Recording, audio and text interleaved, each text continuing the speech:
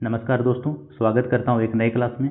दोस्तों, आज के क्लास में हम मोस्ट इम्पोर्टेंट जीके जीएस प्रश्न को पढ़ेंगे जो कि कई एग्जामों में पूछे गए हैं।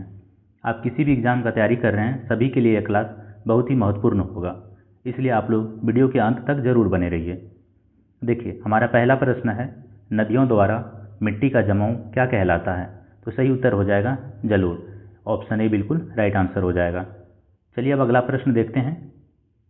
हमारा अगला प्रश्न है, चीन की संसद क्या कहलाती है? चीन की जो है संसद क्या कहलाती है? तो सही उत्तर हो जाएगा National People's Congress. Option A बिल्कुल राइट आंसर हो जाएगा।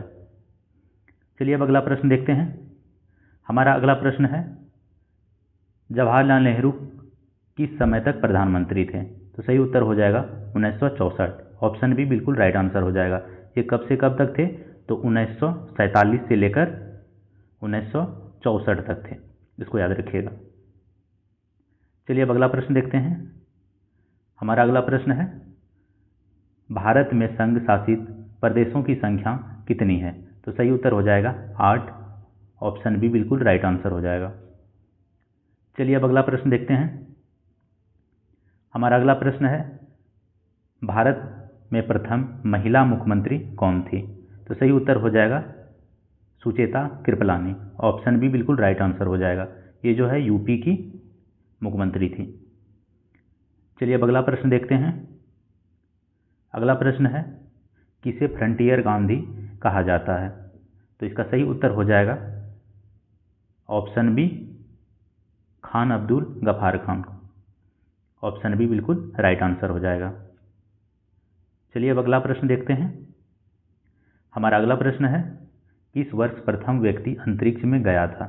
किस वर्ष जो है अंतरिक्ष में प्रथम व्यक्ति गया था? तो सही उत्तर हो जाएगा ऑप्शन सी 1961। ऑप्शन सी बिल्कुल राइट आंसर हो जाएगा। और कौन गया था? तो गया था यूरी गागरिन। Yuri Gagarin. चलिए अब अगला प्रश्न देखते हैं। हमारा अगला प्रश्न है, निम्न में से कौन परमाणु संरचना के सिद्धांत से संबंधित नहीं है? तो इसका सही उत्तर हो जाएगा क्यूरी। ऑप्शन डी बिल्कुल राइट आंसर हो जाएगा। चलिए अब अगला प्रश्न देखते हैं। हमारा अगला प्रश्न है, किस धातु के यौगिक में कुछ शीशों तथा साबुन दोनों के घटक हैं? तो इसका सही उत्तर हो जाएगा option B potassium. Option B बिल्कुल राइट आंसर हो जाएगा।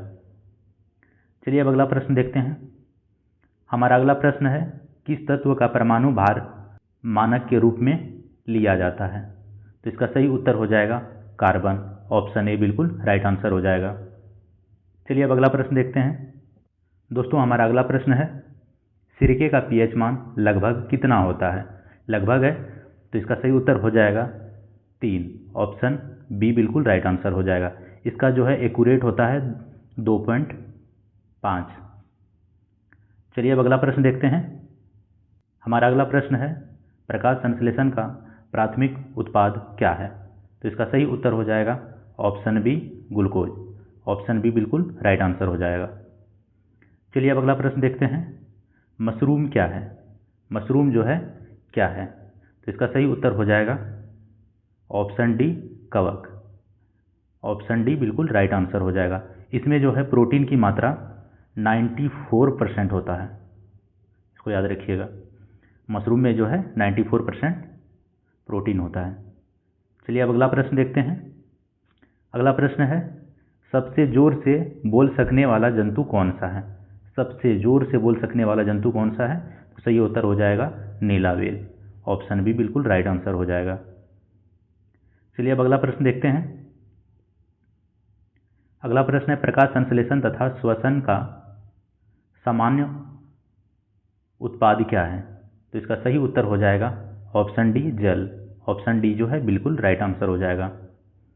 चलिए अब अगला प्रश्न देखते हैं। अगला प्रश्न है, यह अंतःस्रावी ग्रंथि का उदाहरण है, कौन सा है? तो इसका सही उत्तर हो जाएगा ऑप्शन सी थायराइड।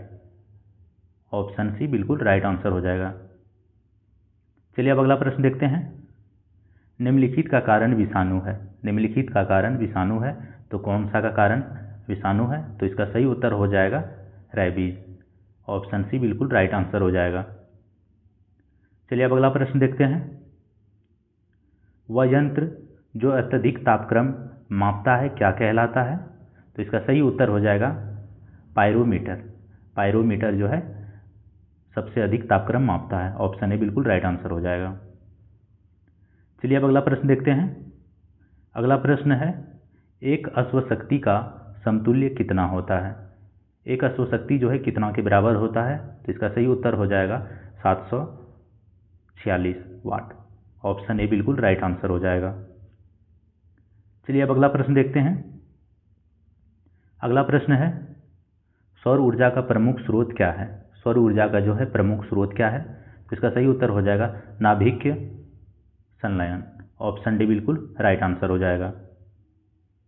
चलिए अब अगला प्रश्न देखते हैं।